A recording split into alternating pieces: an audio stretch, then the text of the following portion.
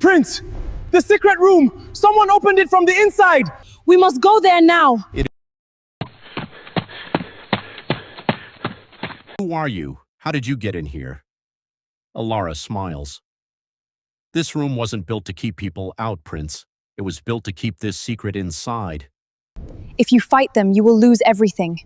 If you trust me, we can run away to the poor part of the city. That is where the real answer is. My family is in trouble. I cannot just leave. Your family is why the bad guys are here. You have to choose, Prince. Your crown or your people. A giant, pretty palace sits under the bright sun. It has shiny glass walls and tall, carved wooden poles. Peacocks walk around the garden. Prince Adetokunbo, 28 years old, stands by a fountain. He is wearing a fancy blue outfit with silver sparkles. He looks tired. He drops a pile of papers on a table. Is this all my life is? Signing papers for people I don't even know?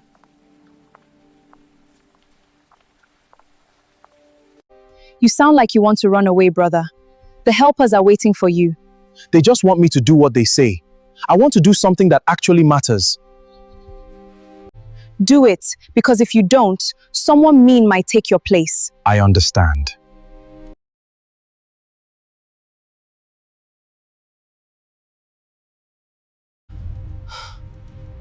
Prince!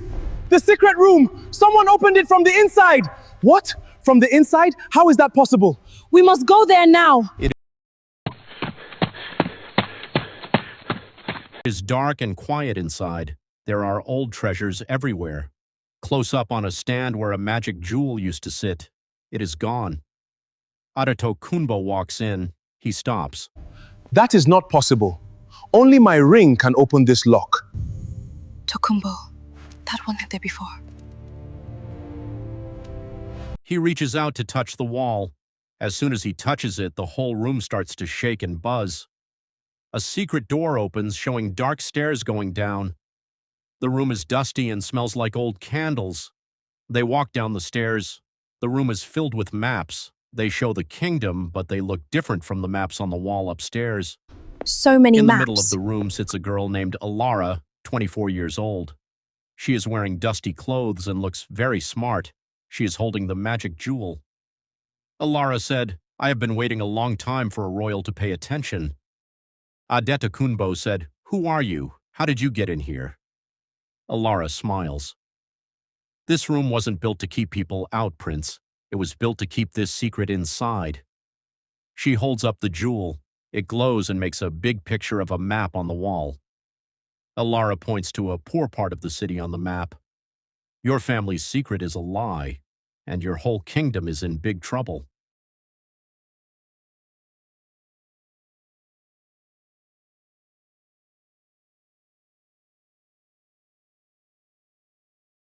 The king sits at his desk. The big wooden doors open. He doesn't turn around. He said, "Did you find the jewel, Tokunbo, or did you find the truth?" Tokunbo stands in the doorway. He is hiding Alara behind him. He replies, "The jewel is gone, father, and I think I know why you haven't left the palace in 10 years. The king turns around. He looks sad and said, "I didn't lose the jewel, son. I let her take it. It is time for your big test." The king pulls a handle. Suddenly, the whole palace starts to lock up. Loud sirens go off and heavy metal shutters slam down over every window and door. They are trapped inside.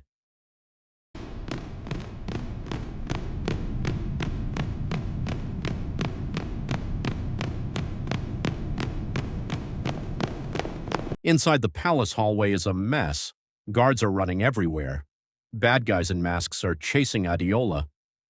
Tokunbo runs toward her, holding a pretend sword, but Alara grabs his arm and pulls him into a hidden tunnel.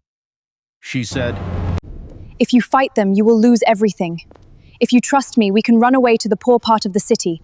That is where the real answer is. My family is in trouble. I cannot just leave. Your family is why the bad guys are here. You have to choose, Prince. Your crown or your people. Alara, Alara said. The wall behind them starts to Tokunbo, break the as wall. the masked guys get I closer. see it. We have to go. Tokunbo They're getting looks at his closer. sister, then at the dark tunnel.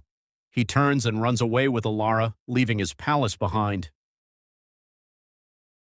The streets are dark, narrow, and dusty. It is very different from the fancy palace. The buildings are small and made of old metal and wood. Tokunboh and Alara as they run out of a hidden tunnel and into an alleyway. Tokunboh is breathing hard. He is still wearing his fancy royal clothes, which look very out of place here. Where are we? This doesn't look like my kingdom. This is your kingdom, Prince. You just never come here. A group of children playing in the street stop and stare. One of them recognizes the prince's face from a picture on a coin. They start shouting, "The prince is here! The prince is here!" And people start coming out of their homes. The street is filling up with people. Some look angry because they are poor and some look curious. Tokunboh tries to hide his face with his fancy robe. We have to hide. They will recognize me. That is exactly what you need. Stop acting like a prince and start acting like a person. Take off the heavy robes. She hands him a plain brown cloth wrap. A group of guards from the palace, the ones in masks, turn the corner at the end of the street. They are looking for him. Alara pulls Tokunboh inside a tiny warm shop. It smells like fresh bread. A kind old woman, Mama Bola, is kneading dough. Mama Bola, "Alara, you brought a friend?" She looks at Tokunboh and her eyes go wide. She knows who he is.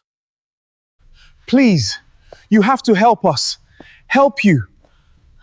Why should I help someone who lives in a palace while my neighbors don't have enough to eat?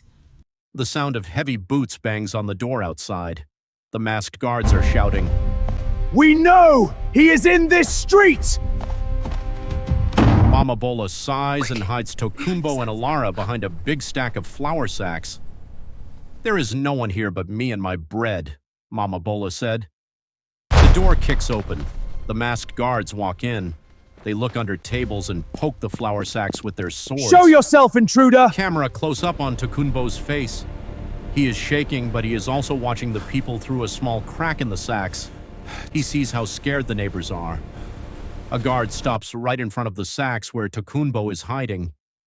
He raises his sword, ready to stab the pile of flour. Just before the guard strikes, the ground shakes. Not from magic, but from a loud horn sounding in the distance. The guards stop. They look at each other, scared by the sound. The king has started the Now, emergency! We have to They go run back out to of the palace shop as now. fast as they came. Tokunboh crawls out. He is covered in white flour. He looks at Mama Bola. Why did you help me? You don't even like me. I didn't help you because I like you. I helped you because you are a human being. That is more than your father ever showed us. Tokunboh looks at his hands. He realizes his royal ring is missing. He left it back in the palace.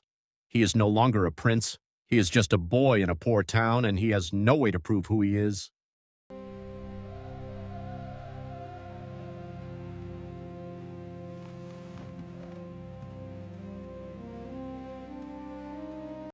Mama Bola, let me help with the grain. You sure, boy? They're heavy. I'm sure. Let's go. Almost there. You're strong. Thank you, Tokunboh. My hands, they are getting so many blisters. Good. Real work makes you strong. But we have a bigger problem. The king's guards are posting pictures of you everywhere. They say you are a runaway criminal. Tokunboh looks at a poster on a wall. It has his face on it, but it says he is a thief who stole the royal jewel. A young boy walks up to Tokunboh and points a wooden toy sword at him. "You're the thief. I'm going to tell the guards."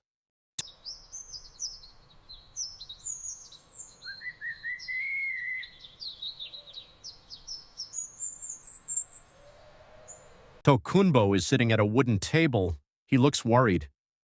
Alara is looking at a map of the city. I have to go back to the palace and tell them the truth. I didn't steal the jewel. If you go back, they will lock you up, and you'll never be able to help these people. You need to prove you are a good person before you can be a good king. King. Suddenly, they hear a loud commotion outside. The people in the street are starting to gather around the bakery. A large group of people are standing outside the door, blocking the exit.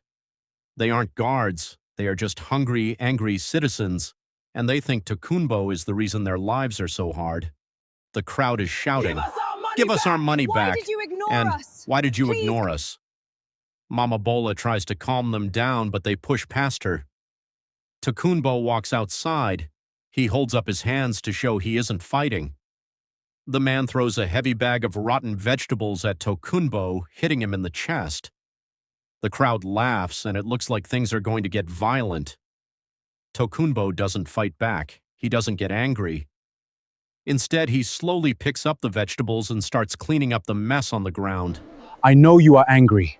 You have every right to be. You have soft hands and fancy clothes. You don't know what it's like to be hungry. Then tell me. I want to understand. You're right. I didn't know.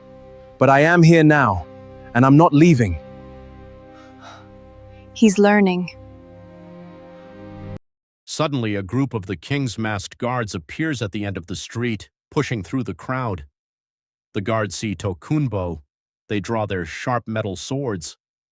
The people in the crowd gasp and start to run away, leaving Tokunbo all by himself in the middle of the street. The guards surround Tokunbo. The prince is a traitor. "Seize him," the guard leader said. The people who were just angry at Tokunbo stop running. They look at the scary masked guards, then back at Tokunbo, who is standing tall. A young girl from the crowd steps forward and stands next to Tokunbo, then her mother, then the man who threw the vegetables. Man. "He's not a thief. He's just a man trying to do what's right."